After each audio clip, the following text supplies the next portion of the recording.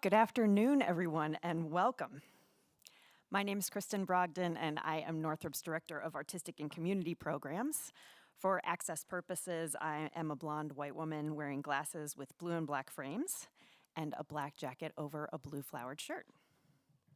The University of Minnesota Spotlight Series is a collaborative partnership between the Institute for Advanced Study and Northrop to present lectures, conversations, performances, exhibits, and other events around timely topics of interest throughout the academic year. This year's series focuses on racial and social justice. I'm very pleased to welcome you to our second and final Spotlight event of the spring semester, 10,000 Dreams for Artistic Legacies.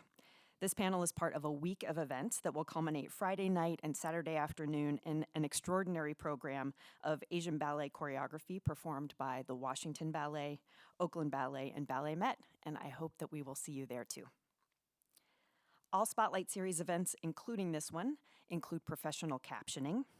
You can view captions by clicking the stream text link shared via the chat if you're on Zoom, or by clicking the Show Captions button in Zoom's menu. We'll be using Slido to facilitate our audience Q&A today. When it's time for Q&A, we will display a QR code on the screen. Alternatively, you can use your phone or computer to go to www.slido.com and enter the code #SpotlightUMN. Please note that questions can be submitted anonymously and that in order to respond to as many questions as possible, we may occasionally combine related questions. My next step in welcoming you today is to acknowledge that I am speaking from ancestral and contemporary lands of Dakota people, and that the University of Minnesota was not only built on unceded Dakota land, but built with the proceeds from selling thousands of acres of Dakota and Anishinaabe land. At Northrop, we see this land acknowledgement as part of our mission and as one way that we can educate our campus and community about this land and our relations with it and with each other. We also co-present events and exhibits centering Native and Indigenous voices, including the exhibition you can visit in the gallery just outside this theater, and we know that we continually have work to do. In thinking about today's event and the theme of our series, I'm reminded of the continuing injustices and racism experienced by Asian people here in Minnesota and across the United States. We're also very consciously focusing today on resilience and joy as resistance to injustice as we celebrate legacies in our artistic and geographic communities and look toward the future. And now I have the pleasure of introducing our guests for the conversation. Josephine Lee is currently the Associate Dean for Arts and Humanities and Professor of English and Asian American Studies in the College of Liberal Arts, University of Minnesota Twin Cities. She is the editor-in-chief of the Oxford Encyclopedia of Asian American Literature and Culture. Her other books include Race in American Musical Theater, Oriental Black and White, The Formation of Racial Habits in American Theater, The Japan of Pure Invention, Gilbert and Sullivan's The Mikado, Performing Asian America, Race and Ethnicity on the Contemporary Stage, and the edited collection Milestones in Asian American Theater. An Tu Pham is managing director at Theater Mu. She is Vietnamese American with a background in finance and activism. As a refugee from Vietnam, she immigrated to Minnesota in 1975 and has since dedicated herself to community organizing and art. Pham joined Theater Mu after working in finance for 22 years at the University of Minnesota. She has sat on the boards of Pangea World Theater, Ananya Dance Theater, and the New Arab American Theater Works. Quezon Cianisa is the co-executive director at the SEED Project, an organization that aims at growing empowerment in the Southeast Asian diaspora community through storytelling, language, and arts advocacy. She has a unique background and multidisciplinary experiences that include community and youth development and engagement, facilitative leadership, theater, and dance. She is a performance storyteller at her core and flourishes at interconnecting creativity and community to continuously approach her work with an artistic and justice lens. Finally, our moderator, Phil Chan, is co-founder of Final Bow for Yellowface and author of Final Bow for Yellowface, Dancing Between Intention and Impact, and the president of the Gold Standard Arts Foundation. He is a graduate of Carleton College and an alumnus of the Ailey School. He has held fellowships with NYU, the Manhattan School of Music, New York Public Library for the Performing Arts, and is a fellow at Harvard University, Drexel University, and the Institut National d'Histoire de l'Art in Paris. As a writer, he served as the executive director for Flat Magazine and contributed to Dance Europe Magazine, Dance Business Weekly, and the Huffington Post, and currently serves on the advisory board of Dance Magazine. He served multiple years on the National Endowment for the Arts Dance Panel and the Jaden Wong Award Panel presented by the Asian American Arts Alliance. Welcome. Phil, the floor and the microphone are yours. Thank you. Thank you so much. Hello, testing. We're on. Hi. Maybe. Hello. Testing. Here we go. Great. Hi, everybody. Thank you for that introduction. I am so honored to be here at the U of M with this incredible group of panelists. We're going to talk about Asianness, and we all have lived experience as Asian people, but also working in the field as championing our communities. And we're going to do this in a few different ways. What we're focusing on today's conversation on is, first of all, where did Asian representation in the arts come from for the majority of people? And then how are Asian Americans today reclaiming some of those stories, telling new stories, and making pathways for our own community to express our own experiences? So first I'm going to hand the floor over to my good friend Jo, who's going to give us a little history lesson, as she is very good at doing that. And we will go from there. All right. Thank you so much, Phil, and thanks for that lovely introduction, Kristen. I have a slideshow that I'd like to share, so I'll give it a minute to come up. And you'll notice that it is the slideshow is built around the moment of the dance performance that is coming to Northrop. We're all very excited about this performance. Artistically, I think it's going to be amazing. I also wanted to talk, though, for the few minutes that I have, about why I think it's significant with regard to representation more generally. So I'll start with the next slide, which is a slide about a book that I wrote some years ago about Gilbert and Sullivan's faux Japanese opera, The Mikado, right? This Mikado. This opera is a comic opera. It's set in a kind of fantasy version of Japan. It came out in 1885. It's had a long and almost continuous history of performance.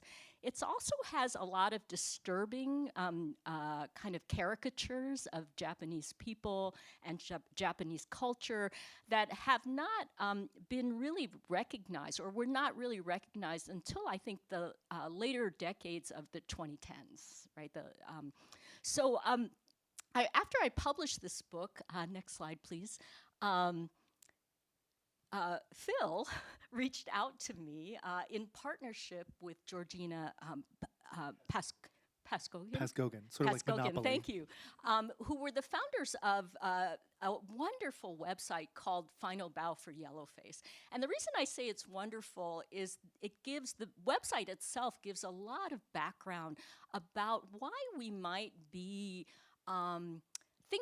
why we might be at this moment thinking twice about certain kinds of performances of works such as the Nutcracker ballet, right, which is probably familiar to many of us as the holiday special. It's a source of great income for a lot of ballet companies. And it also contains in its second half a succession of dances, some of which feature various ethnic groups, or representations of various ethnic groups, including the Chinese dance, which is labeled tea, right? These dancers come and they're linked with different commodities. On the right-hand side, my right-hand side is a slide that appears on the Final Bow for Yellowface site, and it's a slide from George Balanchine's 1954 production of the Nutcracker. There are other images that if you Google that are more recent than this, that have the same kinds of caricatured gestures, costumes, movement, and makeup. And I think there are very few of us who, if we look at this closely enough, can't see a pattern of representation happening. And this pattern extends from professional productions. You'll see on both the productions on either end are professional ballet productions, to productions done much more by amateurs. And I included in the middle a slide of a young woman with her hair in a ballet bun, holding a fan, pointing one toe forward. I don't know which position this is. Which position is this, Phil? Quasi-front, okay, thank you, I don't know the ballet terms. And with her finger, one finger extended in a gesture that's copied almost literally from productions by Balanchine's company. And so this choreography is not meant to be an authentic representation of a Chinese person, but rather is based on caricature. Next slide, please. So I would say many of these caricatures might seem to anyone to be harmless pieces of entertainment. And I think that's the reason why productions of the Nutcracker, productions of Gilbert and Sullivan's The Mikado, even though they might be irritating to people, were not considered offensive or problematic until fairly recently. So this did not have the edge that, say, caricatures from a similar time period of blackface minstrelsy would have. Anti-Asian caricatures or stereotypes haven't had the public visibility until recently that other kinds of racial images have had. And so for many of us, I think the last few years in particular have brought to mind why we might be disturbed at seeing their continuation. So I feel like the COVID era brought about a spate of anti-Asian violence that many of us are quite aware of.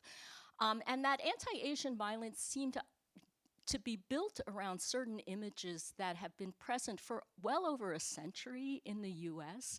So the image on my right, stage left, am I right? Okay, thank you. Is of a cartoon of a young girl who in the frame, the upper frame is labeled the model minority, which is also a kind of stereotype of all Asians are smart and good at math.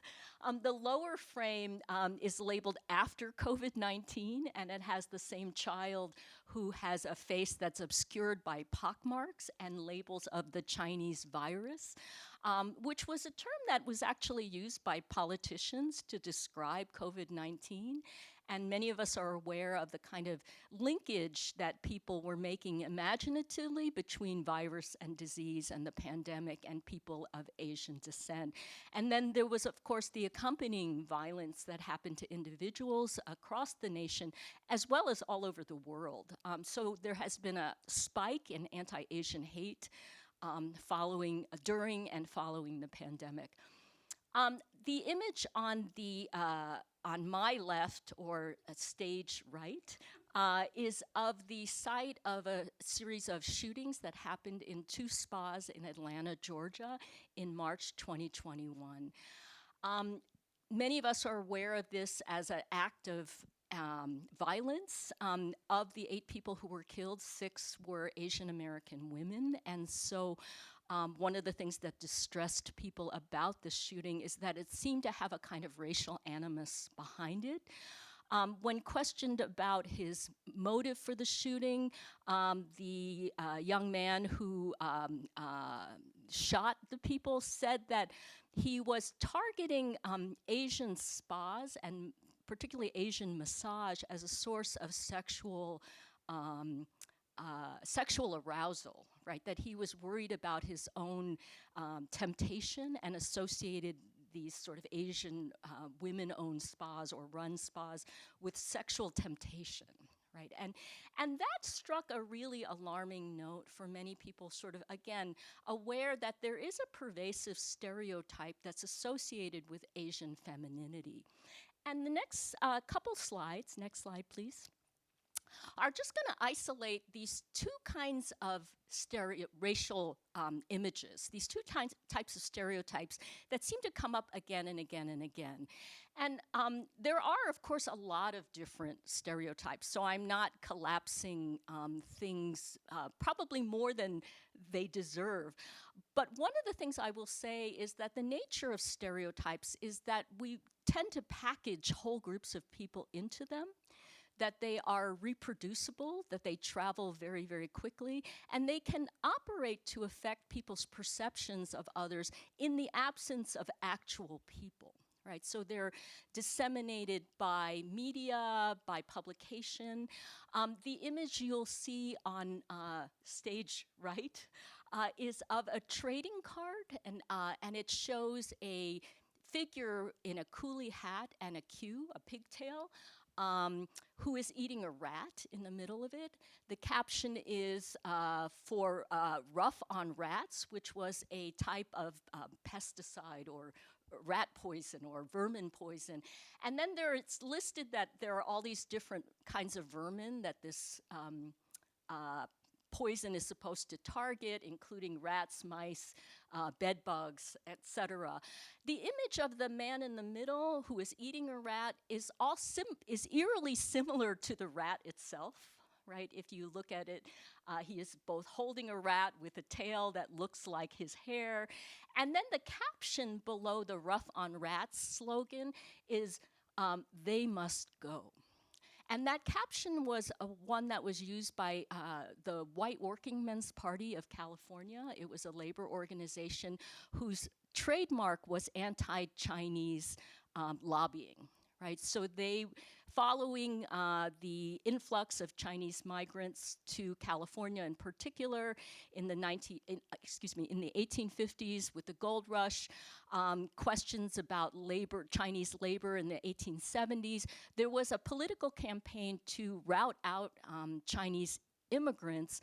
And the slogan, again, of this party was, they must go. Now, this was reproduced on advertising that had nothing to do with political sentiments.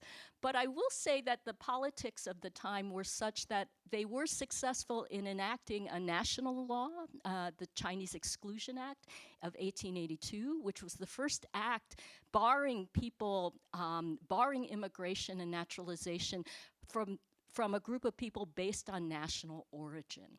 So we see this as the beginning of the Border Patrol, right, of policing immigration on the basis of race and ethnicity. It also led to, I think, the typecasting and anti-Chinese violence of the time, which was very pervasive. And a series of representations, which again, we sometimes talk about as using a term that came up from anti-Japanese sentiment, the yellow peril. That Chinese and other Asian immigrants were suddenly seen as a labor threat. They were competitors with white working class labor in the United States. There was a lot of racial scapegoating. Blame was put upon them for the fall in the economy and the lack of good jobs.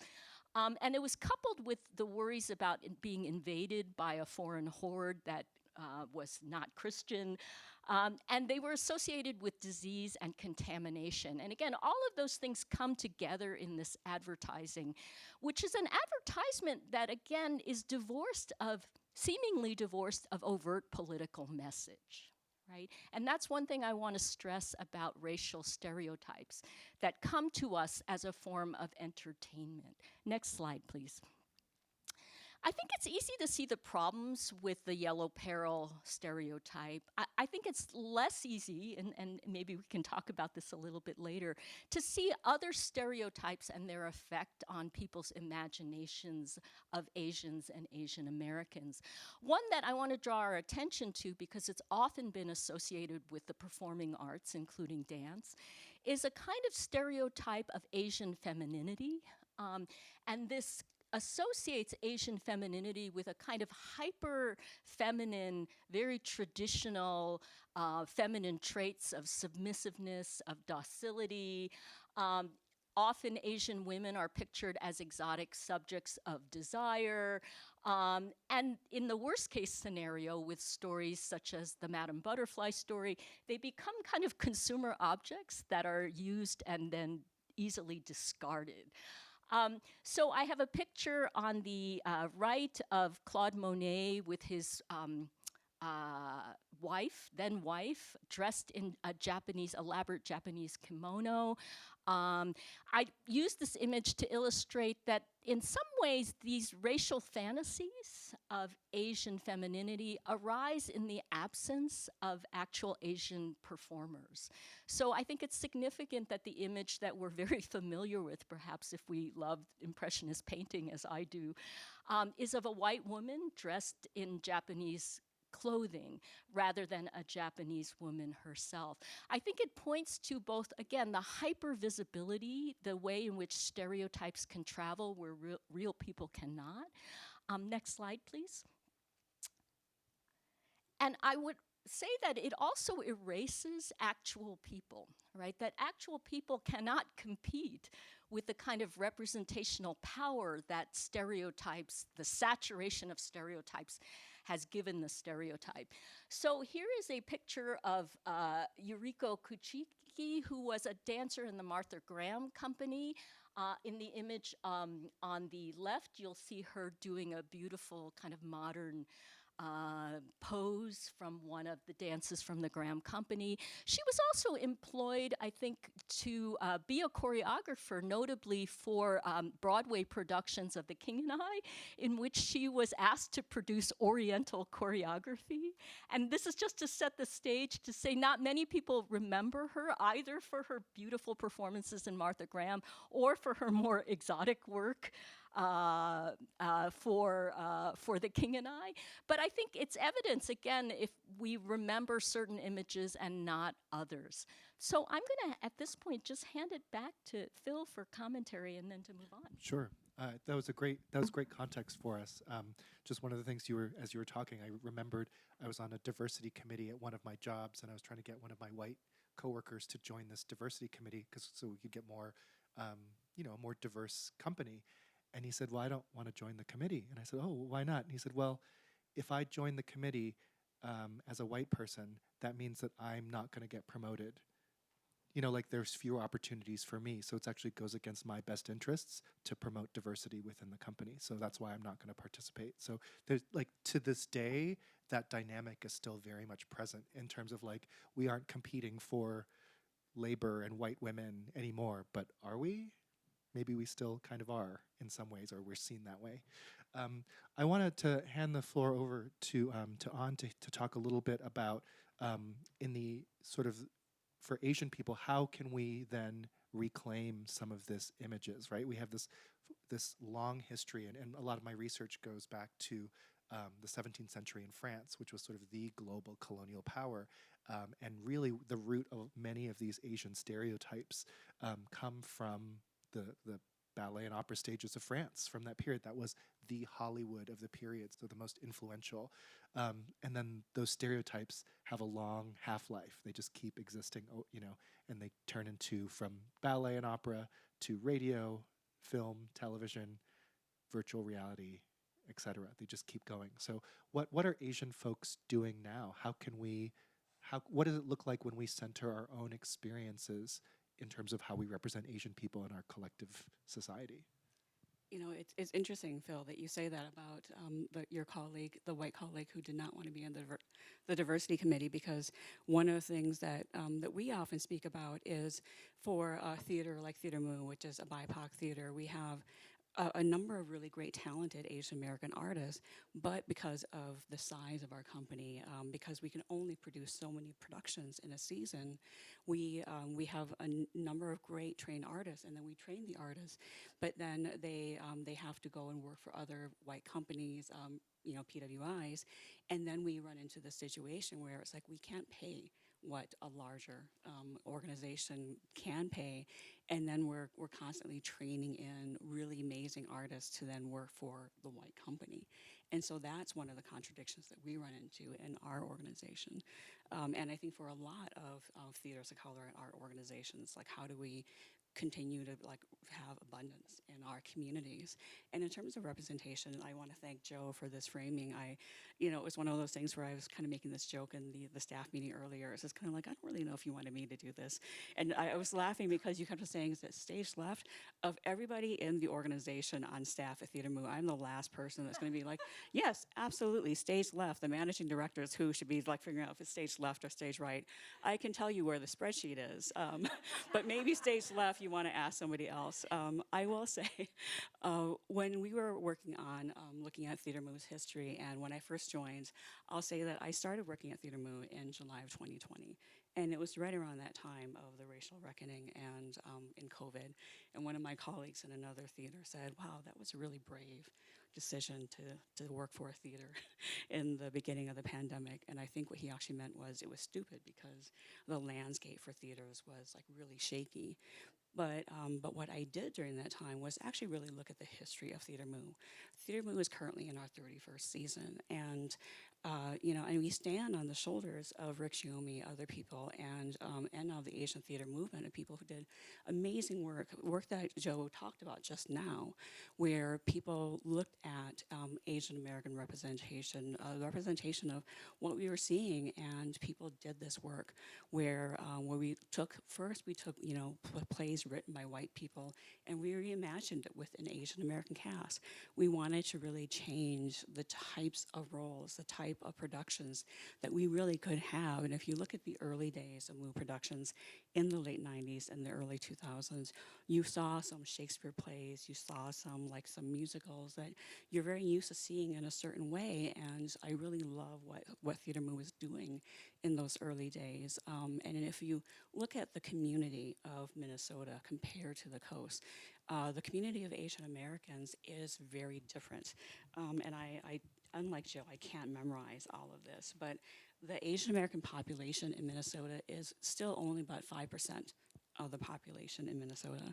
So you only have about 5% of the population, and about 54% of Minnesota's Asian American population are refugees. And most of those refugees came after the wars in Southeast Asia from the mid-1970s. So now you have a very young population, and actually 74% of the Asian American population are 44 years old or younger in Minnesota. So you're talking about a really young, very new population. And so in the late 90s, when Theater Moo was founded, you have a generation of Asian Americans that are growing up and who are just coming to theater, because we're not coming from communities that have had theater entrenched in us. You're talking about communities and refugees and people who are still just talking about surviving in our communities. You're not talking about a lot of generational wealth. And so for Theater Moo to exist in this community, people are really talking about bringing in theater that's new. And then you're talking about people who are growing up and also seeing what Theater Moo is doing and saying, now we want Theater Moo to have more representation, and we want theater to represent us.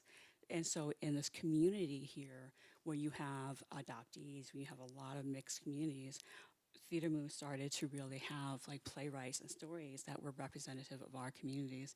And you saw the shifting of moving away from just doing the Shakespeare plays, doing the plays that were written by white people, and having the plays that were written by Asians that were representative of us. And so then you fast forward a little bit to now you're not in the 1900s, as some younger people have told me, but you're in the 2020s, and it's the Asian it's COVID and it's Asian American hate, and literally my co-director joined Theater Moo in 2019. 6 months later, it's COVID-19 hit. And then in 2020, I was brought on board. It's the first time Theater Moo has had 2 Asian American women in leadership. And I'm the first Asian woman who is the managing director, and she's the first woman who is the artistic director. And so we had a vision for Theater Moo. We had a vision for how it was going to change. First of all, we wanted to have Theater Moo be not just a company that was perceived as having stories that was just of the East Asian canon, but also very representative of this community here in Minnesota.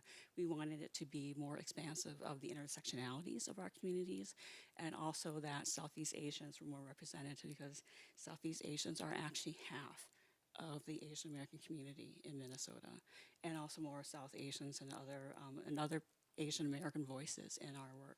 And so that was part of Lily's vision.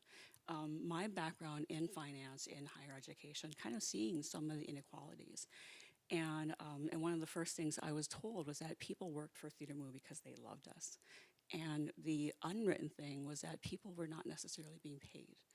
And of course, we heard about the WCU White American Theater, but I looked at MU's budget, and some of the things that we started to shift and change was Lily started to revamp the educational program so that we could continue to train and educate the new generation, the next generation of Asian American artists. But Lily and I both started to really look at compensation and the workplace, and how can we make Theater Mu a place that people not only wanted to work at because of the artistry, but also that people wanted to work at because we were changing how the type of theater that we were working at. We wanted to make a space where people felt comfortable working at, so that people could also pay their bills. And that may mean that we would produce like less shows, but some of that was shifting. And the last thing I'll say is, and you know, like maybe in the early days we were too worried about just kind of surviving, but one of the things that we have learned that I think is just really, really valuable is listening to the artists around us, the people who are doing the work, and having the postmortems, talking to the designers, talking to the actors, the directors, the people who are there. You know, having them actually trust us and having them tell us, you know, like, this is what we think that we need in a production next time. These are the things that you could do better, and having that that trust that they honestly come to us and just kind of say, these are some of the changes, has actually been really, really helpful to us, and we've actually enacted some of those things in our company. And so, you know, these are very much managing director kind of notes for how you do theater. But I'll just say, I'll kind of end it with this, because I kind of did a deep dive into the census because I nerd out on these things. Also with the Asian American community, 46.3% of Asian Americans in Minnesota have a bachelor's degree or higher. So less than half of Asian Americans in Minnesota have a bachelor's degree. And 51% of households make under $100,000. And I think many people last week, maybe, that story came out that in Minnesota, single people need to make around $90,000 to live a comfortable life. So you're talking about a population that does not have a lot of education, unfortunately, and does not have a lot of economic influence. So I think the other thing for us that I'm always thinking about is, if we want to ask Asian Americans to make a commitment to help us tell their stories, to help us tell your stories, like, how are we making it so that people can actually be a part of this company, so that we are not only having certain voices in theater? I'm thinking a lot about, as you're talking about this, about the numbers behind all of this. The reality is, as an Asian artist, I can't make only work for other Asian people. The audiences aren't there. The numbers aren't there. Asian Americans make up 7% of the U.S. population in certain metropolitan areas, sometimes up to a third, like San Francisco, Seattle, up to closer to 30%. Other places like Miami, it's like 2%, right? So we as an Asian artist, and I'm thinking about, okay, how can I make work that has integrity to me, but also if I want to share something with my community, I have to make work that appeals to everybody. So yes, I can do a Chinese folktale ballet, but it has to appeal to non-Chinese people as well, or else I don't have a career. I don't have an audience. I can't sell those tickets.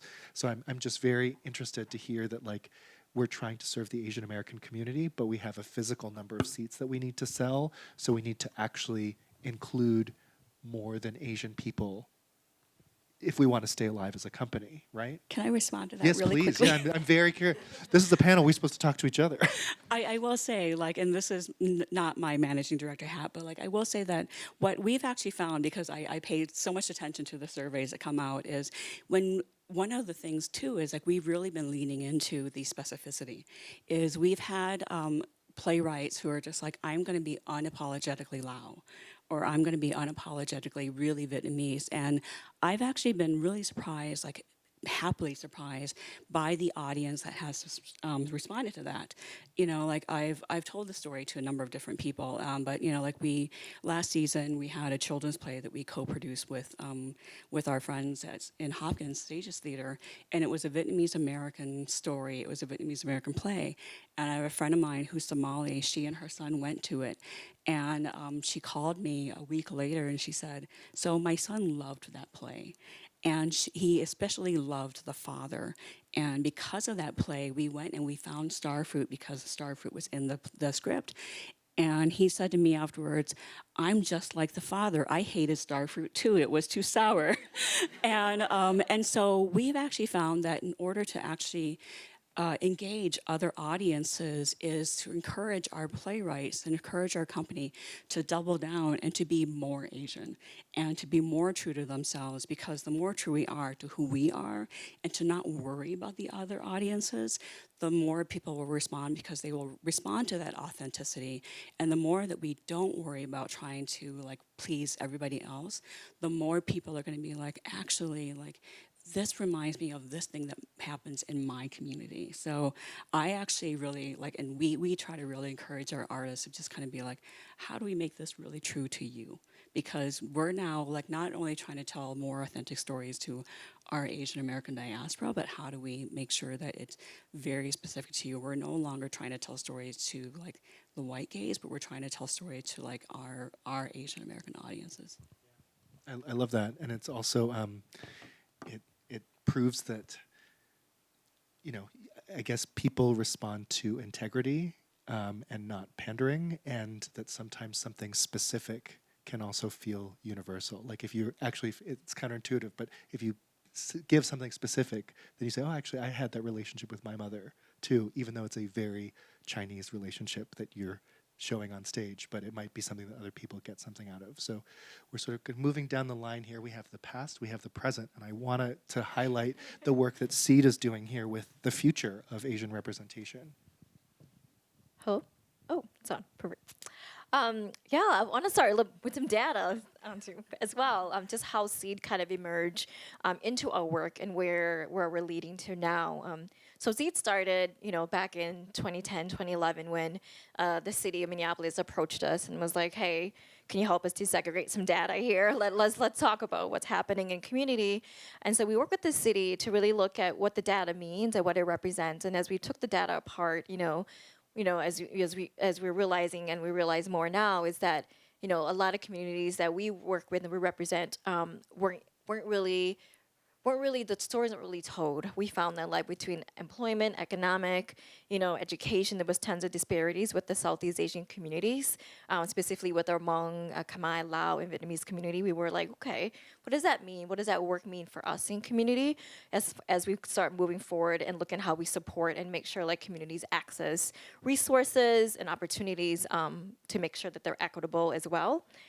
So we looked at that, and then Seed emerged out of that, is trying to hope that we could create something for our communities so that our community have something to also look forward to and build that generational wealth that we want to have. So we worked with like immigrant, refugee, young people, emerging leaders, with a focus on like women and youth as well, and that's where the future will come in. Next slide. And I probably can't remember everything, so I have to have notes. Do we have slides? Yeah, just want to make sure our slides are queuing too. Oh, Q size. Okay. Next slide. So one of the communities that we're focused on is our Southeast Asian diaspora communities, right? Minnesota is home to, as Andrew said, like one of the largest Southeast Asian communities in the Twin Cities, but yet we found out that we lack the narrative and the spaces to really represent our communities, right? In community development, in education, our stories just wasn't being told, and so that meant that if our stories aren't being told, we also won't have like the necessary things that we need. And then looking back at like for young people, and I have come back from a youth development, youth engagement, which I've done a lot with, BIPOC communities. And I noticed that for like a lot of like Asian communities, and especially our Southeast Asian, they weren't showing up to these spaces, right? Leadership opportunities or any opportunities. I'm like, what's happening? What's going on? Why aren't they showing up? And so we wanted to find a way to grow and empower our communities, right? To have the tools so that they're no longer invisible and to be represented in these areas and spaces. Next slide. You can go on to the next slide as well. I probably am going faster than the slide's going. So some of the ways that SEED focuses on our work, we have many different core programs and focus areas. I'll talk about two more in depth, but I'll just highlight quickly here some of the programs that we do. Sea Roots is one of our most pillar program that kind of emerged in the beginning of the start of SEED. And that was really around like, how do we connect to our roots and heritage, and then around building language and cultural literacy in our communities. So we develop language workshops and pop-up workshops as well, just really involved in like helping people connect to that language roots, right? While at the same time talking about like historically, how did we land here in America? What led us here? Where are we at now? What does that look like for our community? Another program that we just emerged during the pandemic was Brave Harbors, which is our cultural organizing. And during the pandemic, like the Hennepin County, the city reached out to us like, can you help us translate documents, like make it relevant, but also make it really culturally accessible to communities. And we realized like there was a need for that. And since then, our work has just continued in the cultural organizing work to make sure that we advocate for community and have the tools that we need to do that work. Another program that we're currently doing, really excited about, is our Student Storytelling Shop, which is our creative enterprise. And that really is around like, how do we use our culture assets to tell stories and create products and things like that to really represent other communities. If you come by on this Friday, we have some products out there and also books that we love to share with you. Next slide. So I'll go into details. This one's really an amazing pillar of the SEED project. It's called Planting Seed, which is our narrative storytelling work that we do. It comes in so many various shapes and forms. Really, it's about really amplifying our community stories, whether that's through print publications, like books, or even art exhibits. So we tend to partner with different local community museums here. We've done film series, we've done performance, we do a bit of storytelling mapping, just various ways to connect with community. Our most recent book that we just launched in December is Knowing Our Joy, which was a really exciting, I would say, one of our approach to intergenerational work with community.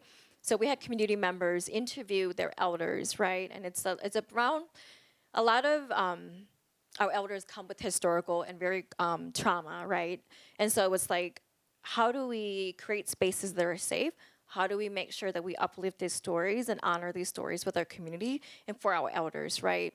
And it's next year is coming up towards the 50th commemoration since the Vietnam War, and a lot of that trauma has happened. A lot of elders are starting to, and have been, I should say, telling their stories.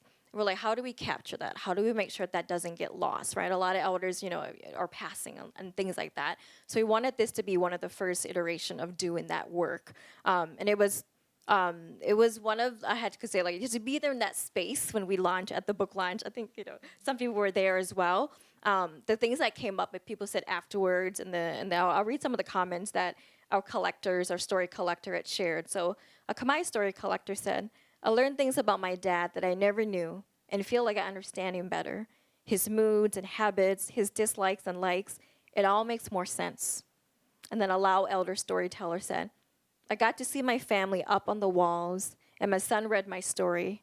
What a beautiful event for our families and our people and community. Next slide. Okay. Let's talk about the future a little bit. Sea Change Lab is a program I'm very excited to talk about and probably really proud of. Having a background in youth development engagement, I connected with the founding director, 2017, 18, around like, how do we develop the capacity for our young people to be leaders in community? And so I helped launch this program. It's focused on young adults, 18 to 25, really around like, how do we do more like cross-cultural, cross-generational approach to our work with a bit of art advocacy lens as well. So young people get a chance to connect with mentors, leaders in the communities, and artists in the community to really look at, how do we do these things around with the lens and advocacy, but how do we intersect that with arts as well, right? And so some ways that people learn, they learn things about writings, illustration, theater, music, dance, or some of the exposure that they have. So it's a lot of emerging artists learning what that means, but also most importantly, like what it means to be a young person in my identity and my culture heritage to do this work, right? How do I still celebrate and honor like my Lao identity, my Hmong identity, while still doing art that means something and also connects with community? So they get to embrace like their heritage and identity and the stories and work that they create. So next slide, I want to kind of talk about, I'll showcase some of the work that we have. There's so many, but I decided to pick this one by Olivia Lohr. One of her project was focused on dragon dancing. So I'll just read here. Olivia is a young American Hmong artist. As an emerging performing and craft artist, she aims to make a name for herself with a twist on Hmong dance and storytelling. Through innovation, adaptation, she hopes to preserve, bring interest, and spark curiosity to the vibrant folktales of our cultural heritage. Olivia is also is a University of Minnesota student up in Duluth, and it was just part of our winter cohort here. Next slide. So when we started the work, that we go through the process of exposing them to various forms of artistic work, and then also to say like, what are you interested in? What are your forms that you're practicing now? How do you give new lens to this? How do you approach that with who you are as well? And so when Olivia did this, she would look at the process behind what it means around like Hmong dragon dancing, with a comprehensive and rich tradition of Hmong culture, but also giving a bit of a twist with who she is and also like in the modern contemporary context. So the choreography aspect adds a layer of depth, highlighting the precision and coordination required to execute the fluid movements of dragon dance, the synchronized steps, rhythmic gestures, each thoughtfully created to evoke the spirit and traditional Hmong folk tales. So we're gonna show you a bit of a video to show the experience of magic and vitality of how she embraced this new Hmong performance art. Go ahead and play the video. How to start? Well,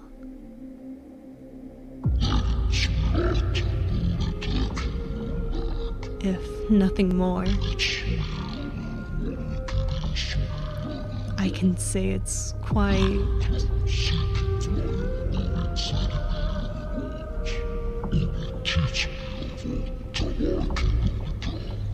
dramatic. Dragon dancing is my way to tell folk tales for my people. As an ethnic group without a country, the Hmong have grown to be quite resilient, despite our obscurity.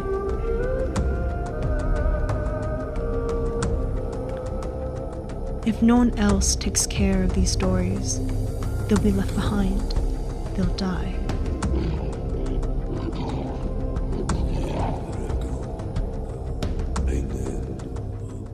Puppet dances aren't really a thing in Hmong culture.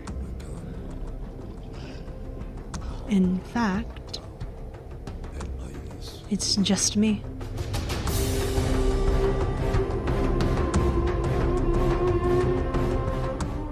Every dance, every performance is a way of retelling these stories. A way for me to honor the resilience that came before me. There are Hmong creators already aiming to preserve our people and continue our stories. I just want to join in the fight.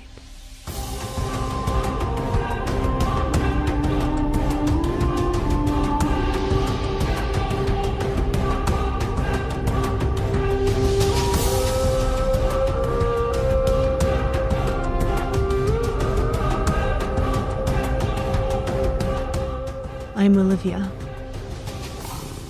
a Hmong dragon dancer.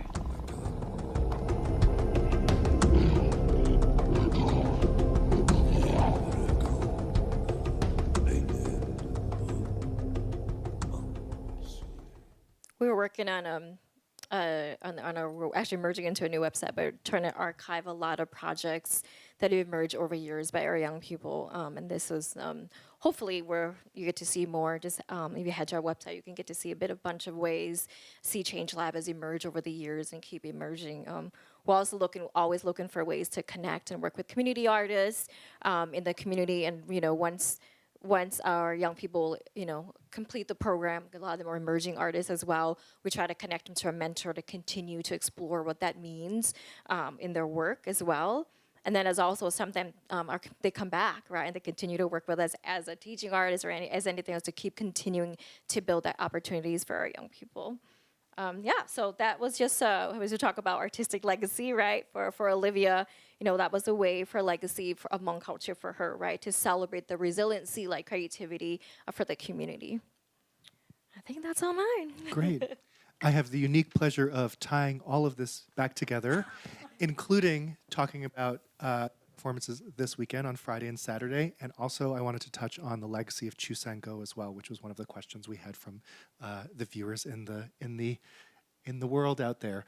So first of all, just a little bit more information about Final Bow for Yellowface that Joe mentioned at the top of this panel. I'm the co-founder with my good friend Georgina Paskogan, and it came out of a conversation with the then artistic director of New York City Ballet, Peter Martins, who was figuring out how to make the Nutcracker work for an audience that included young Chinese people. How do we remove the caricature and swing it into character instead and make it larger, more global, instead of being a Eurocentric form. Gina and I bought yellowface.org in 2017, and we put up a simple pledge that says, essentially, I love ballet, I want it to continue, and in order for it to continue, we're no longer going to do Yellowface on our stages. At this point, pretty much every major American ballet company has signed the pledge. A lot of European companies are having this conversation right now. So this isn't like 10 years ago, 5 years ago. This is like last week. An artistic director emailed me from Europe. I was like, hey, so what's this like Asian thing? What do I have to do? How do I be better? And the performances that we are seeing this weekend are the culmination of part of this larger work where in the middle of COVID, all of these American companies started saying, oh yes, stop Asian hate. We posted the black square, we highlighted our Asian ballet dancers in the company as a way to like stand in solidarity with Asian people.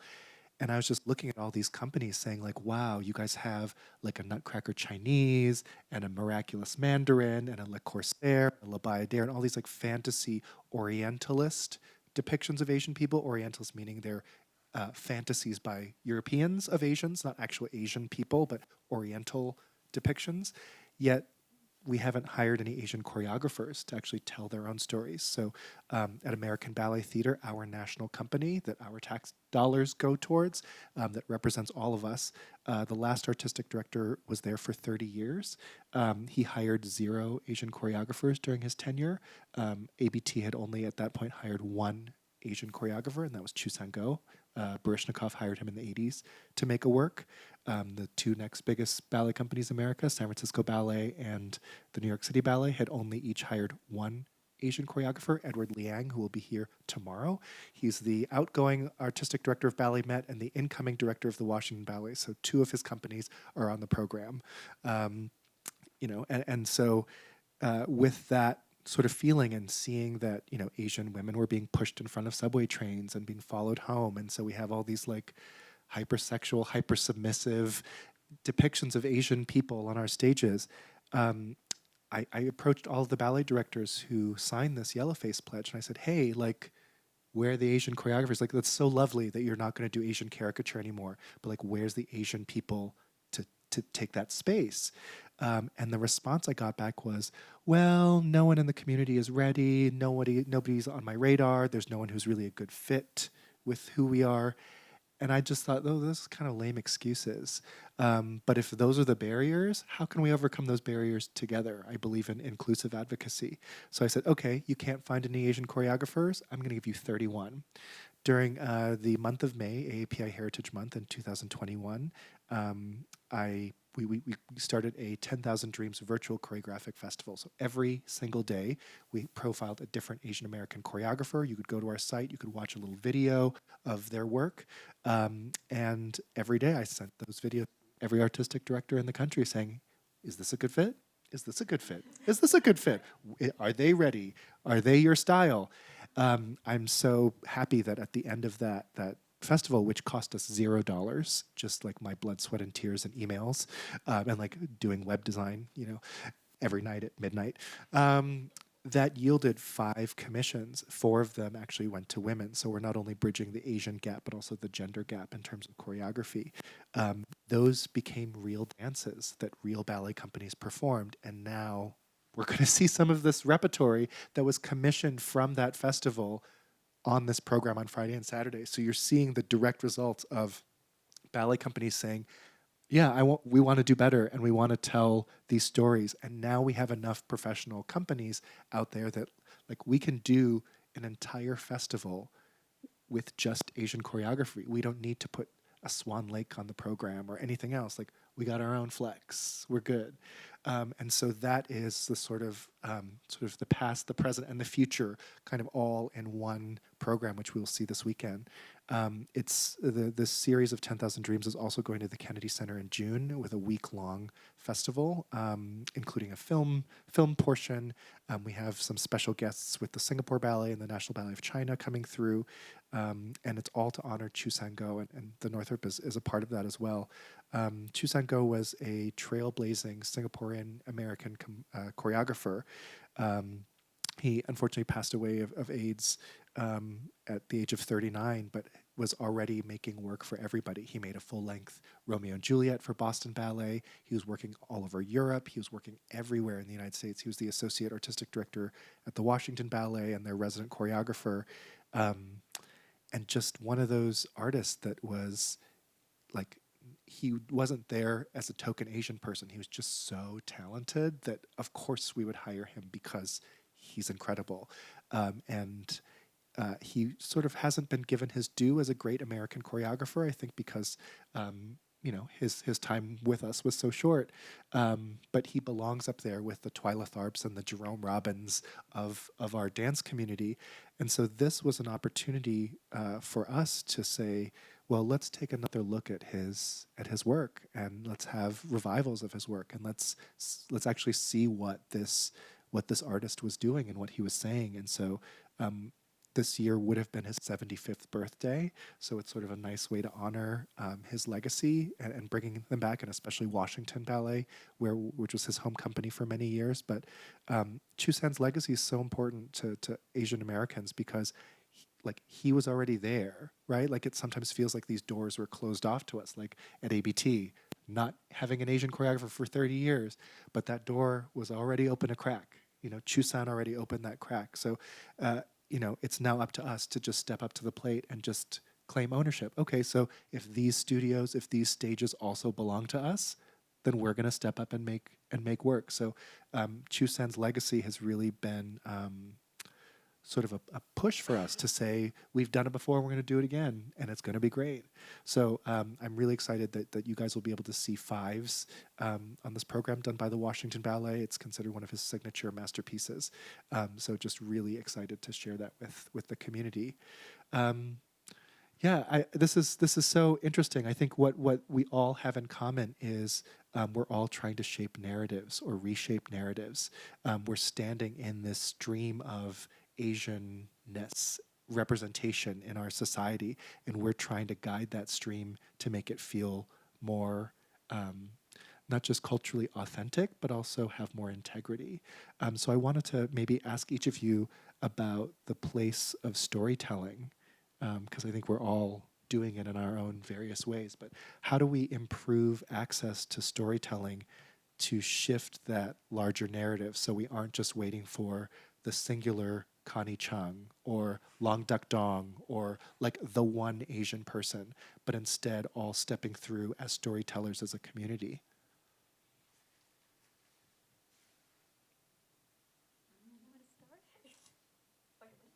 You work directly with stories, so why don't you start us off? Yes. Gosh, so many folds. I think one of the things that when at Seed we think about, like you said, like accessibility, right? And also, like, I'm also an artist on the side as well. We all are in some shape or form. And for me, when I did something a few years ago just to see what it means to like uplift stories from the community, but also in a way that integrates a bit of community engagement and development into it. And I started a project called Sea Echoes Through Rivers, and that was really around like, what does it mean to like go out in the community and ask people if they want to share their stories, and then let's put this up on stage and stuff. And so it was like a year and a half to 2 year long project, and I just went out in the community. And if you're not familiar with the Twin Cities, there's an area called Brooklyn Center, Brooklyn Park, which we call the Brooklands, which has the highest condensed population of Southeast Asian communities, but the least lack of resources that even exists for a community. And I was like, okay, let's start there. And so I went out there and was like, let's uplift like the communities that are there, like families, business owners, whatever, like let's just get out there. And I interviewed up to 15 community members in the communities, and like, would you be open to like, this is also during 2020, during the pandemic, when people were like, don't come talk to me, stay away from me and stuff. And I'm like, okay, this is what I'm trying to do, in a community where we don't have any representation, but I want to uplift our stories. We want to bring resources to our community. Well, how do we tell these stories? And 15 community members jump on board, and we interviewed, through Zoom, live, whatever it was. And these stories came about.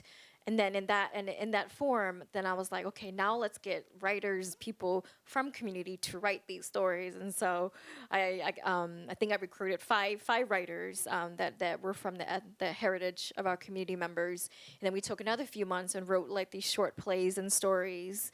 And then like, okay, now let's get like actors on and who represent communities. And it's always like a process, to excavate like artists and community, because there's not that many sometimes, right? And you're like, oh. And then together as a community, we created a 2-day mini festival street theater performance, all about like how my grandpa got here, or how my grandpa rode on the highway and didn't know it was supposed to, or like, about banh mi sandwiches, about love, about all these things that wasn't just necessarily about war and trauma, but just about like us as human beings, right? And that was one of the most beautiful things I think I saw, because it was right in 2021. They lifted the restrictions, like, oh, now you can have as many people as you want to perform. Like, this is great.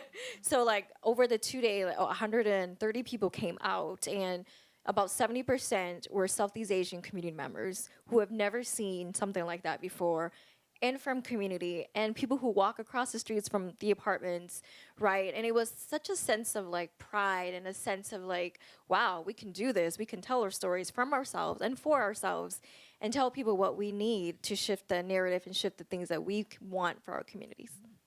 One of the things I find too is, which I'm curious to hear your opinion in that isn't in a space that is centered around whiteness or comes from a Eurocentric background, is I find that as, and I think maybe other non-white folks can share this experience, but I sometimes feel like when I make works in a more balletic tradition, in a more European style, I'm accused of being derivative. Oh, you're just copying Balanchine or whatever. But if I do something from my own cultural heritage, something involving Chinese dance, Chinese classical dance, I'm sort of pigeonholed as an ethnic or niche or choreographer, and not sort of mainstream, and not something that's palatable or accessible to everybody. So it's sort of catch-22 of like, if I play your way, I lose. If I play my way, I lose.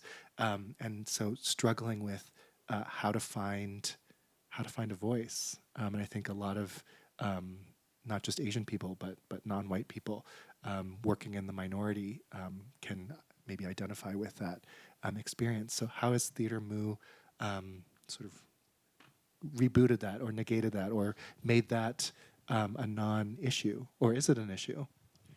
I mean, I don't think it's a non-issue. I don't know if we have a solution to that. I don't know if anybody has a solution to that. I mean, we were talking a little bit before this, where we, I think one of our reactions to the last production was, it'd be nice if you didn't talk about racism all the time. And, it's like we're an Asian American theater. Sometimes racism is going to come up in our work because it's it's our lived experience, and our playwrights are going to write from that. I was going to touch a little bit about that, about the earlier question. And I'll try to circle back to that. We had a response to one of our productions, and somebody had written, like, I'm a grown man now, but if my childhood self had been able to see this production, maybe I would have gone into acting, because I didn't realize that that Asian men could be this, that this was an option for us. And so one of the programs that Theater Moo has is Moo Stories, where we where we go into schools, we go into libraries, we do residencies. And so if any of you have K through 12 programs, if you want us to go there, you can pay us to do that. Or if you're a funder, if you want to help fund this, you can do that too. But like, it starts with, like, Asian American theater history. And we work with the youth and the students to kind of talk about that. And, like, I'm thinking about where we are now. We're in a college, we're in a university, and critical race theory has been under attack. And I think about why Theater Moo has to have a program where we teach about Asian American theater. And it's because I didn't learn about Asian American theater. I mean, like, I would love to have had Jolie as a professor, or somebody who would teach me about Asian American theater in high school, as opposed to having to choose to take an elective class in college. Like, there's a lot of BIPOC history that is Asian American history. We were just not taught it. And I think that's, to me, it kind of comes back to, like, that could negate some of these things, where it kind of, like, negates some of these narratives. And that's, to me, that systems change, which I'm always interested in, and I think that kind of, like, helps to kind of, like, solve some of that. I will say, I'll bring it back to one of the pieces you'll see on Friday, which is a piece I choreographed called The Ballet de Porcelain. It's from 1739. It's originally a European Baroque ballet, and it's about a Chinese sorcerer who lives on a blue island of porcelain and turns trespassers into porcelain. And it was originally an allegory for Europe, conquering Asia culturally, discovering this secret of porcelain making. And so in this ballet, I not only flipped the script of who the Asians were and who the magician is, but changed the story, kept the music, kept the same libretto, but instead it's a plea to say, hey, don't see us as porcelain dolls. We're real people with humanity. And in that process of transforming, I was able to use both Baroque dance and classical Chinese dance fused together. So sort of a culturally hybrid way of moving, which honestly makes some people very uncomfortable. I just premiered a ballet last week called Star on the Rise, which is a reimagining of a ballet called La Bayadère from 1877. It's sort of this Hindu fantasy that we reset in 1920s Hollywood.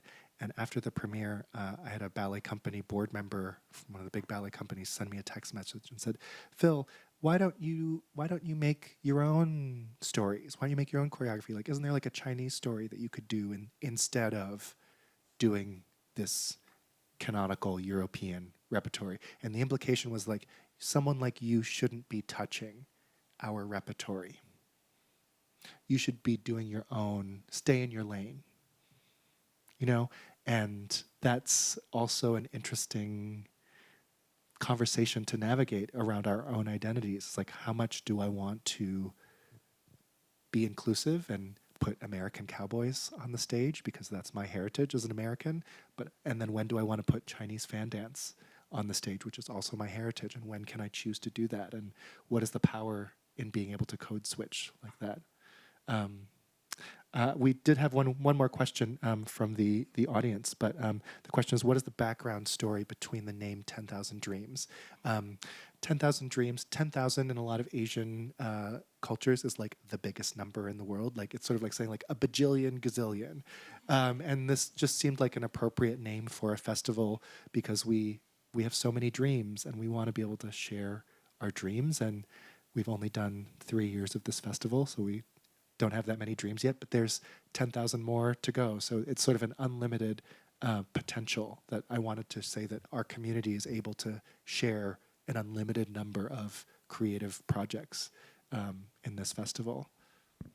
I just wanted to comment and say how much I'm enjoying hearing you talk about the dance performances and being reminded that there is no one means of representation, right? I think, at the start of kind of more attention, the Asian American movement, I remember some really foundational works of Asian American history like Ron Takaki's Strangers from a Different Shore, Maxine Hong Kingston's Chinamen or The Woman Warrior.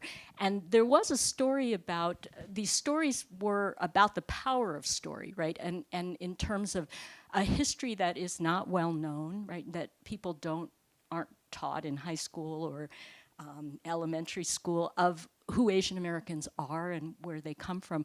And the expression that Kingston and Takaki both used is their stories burst with telling, right? That this is so important to just tell the story. I think once we've been telling stories, we realize that sometimes we're packaged by stories, right? And there is this kind of way in which a certain kind of story is marketable and then other kinds of stories are not. Hybrid stories are sometimes not welcome because they don't fit neatly into boxes.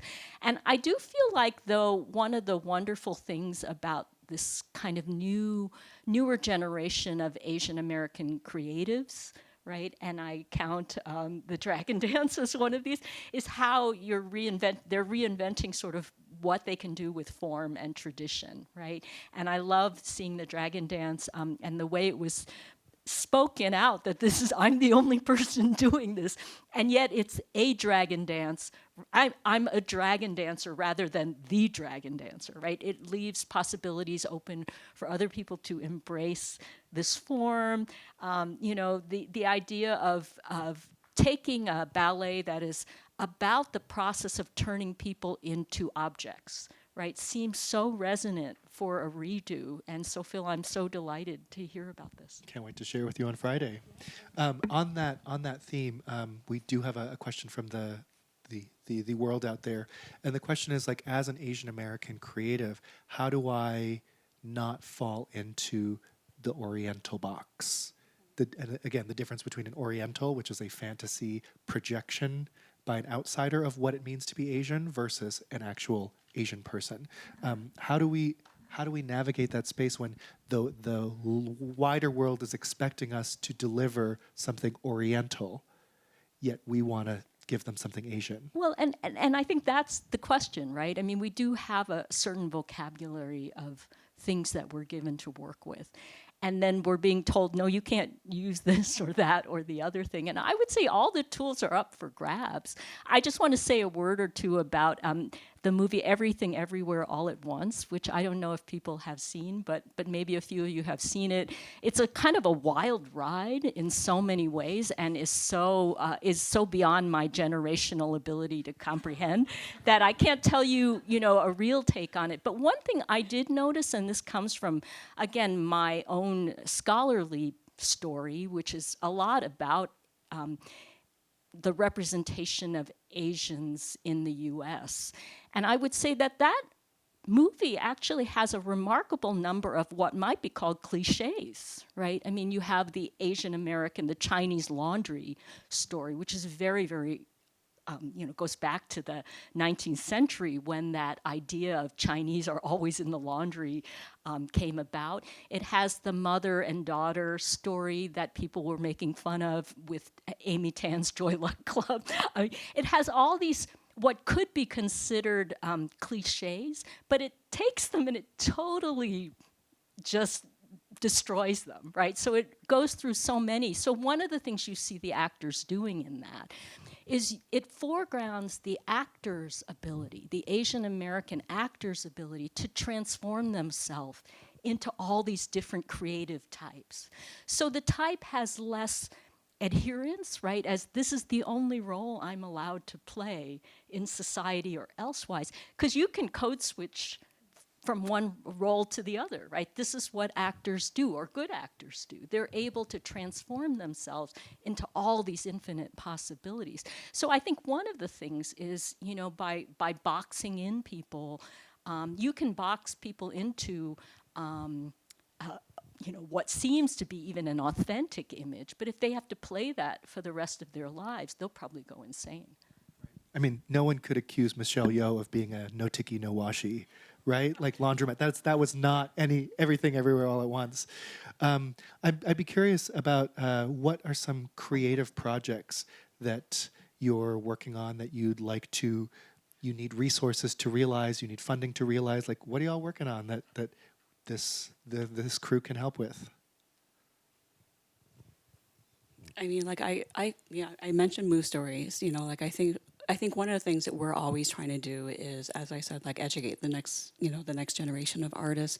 We have our fellowship program where we have people who want to be like actors, directors, designers, and we actually, for each production, we have a number of people who are just working with the directors, who are just like shadowing, like the actors and designers, and we pay them because we don't believe in unpaid internships, and we have that program. We have our Moo Training Institute, so we have our slew of educational programs, and we also supplement that. So we make sure that the students who are in the Training Institute are able to afford those classes, and we also want to make sure we pay the teachers equitably. So there's that program, and also like we, as I said about like the audience, like I think if we want to make sure that the productions are authentic, we like us a lot of times the productions are touching on very sensitive topics, and we want to make sure our Asian American and BIPOC communities can be in the audience, and with the economic basis, we also want to make sure that the performances are accessible. So we always make sure that the tickets are at a price point that's accessible. So we have our pay-as-you-are structure. So we always make sure that the tickets can be augmented. So we try to augment a number of the tickets. So there's a number of things, but yeah, there's like there's a number of things. Just kind of like come talk to me. So put the moolah in moo is what we're saying to the Yes, audience, put the moolah in right? moo. Yeah. Yeah, even with our Sea Change Lab youth leadership program, we're always looking for mentors to work alongside our young people, looking for artists to collaborate with and the different projects that we have. With the 50th commemoration coming up here next year, we're looking for different partners, organizations, funders to help make that happen. And we're starting a project this year into next year, and that involves some of the things that were asked. Well, a devised theater. We might have to connect with Theater Moo on this. like let's collect these stories from our communities. Where have we landed 50 years from now after the war has ended? What does it mean for a community to dream for the next 50 years? And so like thinking about how we collect those stories and then put it up in a way that will be accessible, communities will feel good about and proud of, right? And it doesn't just exacerbate the war and things like that, but more around like, let's dream together, like this is how far we've come. And so look at how we connect with different communities in there. Yeah, there's so many various ways. Like you said, come talk to us. There's so many ways that intersect at the work that we do with SEED. We do so many multiple projects, but that's one of our biggest one coming up here. So we're getting to the point where we're wrapping up, and I just want to get a quick lightning round answer from each of you. What are you hopeful for the future of Asian American stories on our stages? What gives you hope? What excites you? No, 10,000 dreams. Yes. Like, awesome. That's pretty exciting. I think all the work that you all are doing with SEED and Theater Moo, I'm super excited about Moo is doing right now the name jar. I don't know if you want to say anything about that. And then also starting a new musical, Blended Harmony, which is the story of singing quartet that is from Minneapolis, Minnesota, that not many people have heard of. So. Yeah, I mean, like, just, I can talk to you about that later, but I'm just community. I mean, like, the artists that we're working with, they're just doing amazing work. And as much as I feel like there are people who had to leave the field during the pandemic, just like new artists that are coming out, the artists that have continued to stay in theater, I'm constantly on a regular basis just inspired by the people I get to work with, and just really privileged that, like there are days when it's like I just get to hang out with Asians, and that's my paid job.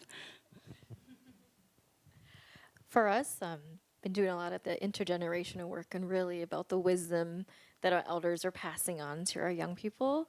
and hoping to see what they carry forward with that, with the stories that have been in the past and their own stories to carry forward. I think for me, it's I'm like, now I asked the question. Now I have to think of something. I work in a lot of universities. Again, just staging this ballet at Indiana University last week, and just seeing the openness of this next generation, being receptive to this conversation, really trying to empathize, and being willing to let art, good art, help build those bridges and see each other with more integrity, and allowing theater and to do that has been really profoundly impactful on me.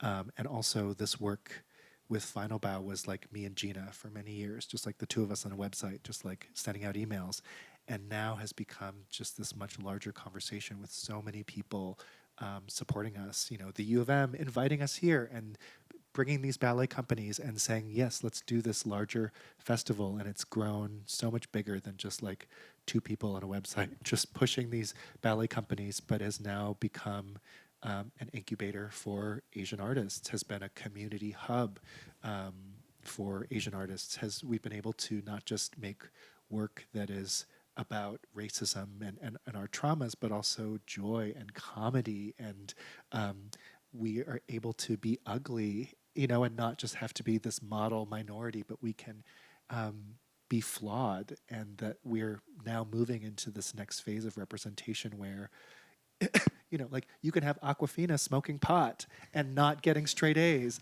and like that's also Asian and that's also okay. Like we're entering this phase where it's bigger now, and I just so appreciate that. And while a lot of these stepping stones feel like niche kind of movements, or these are just for Asian people, I think what we're ultimately trying to get to a place where we can also just be artists. So I'm not seen as an Asian choreographer, but I'm seen as a choreographer. Just like Choo San Goh is not a great Asian choreographer, he's a great American choreographer. He's a great choreographer. And I think these small steps we're doing with our communities, this generational change that we're imparting, is hopefully getting us there so that we can all just make good art. It's been an absolute pleasure spending time with all of you guys today. Thank you for being a captivating audience. Thank you to the U of M for having us. And if you need tickets to see 10,000 Dreams, just come and talk to me. We'll work it out. Thank you again, everybody.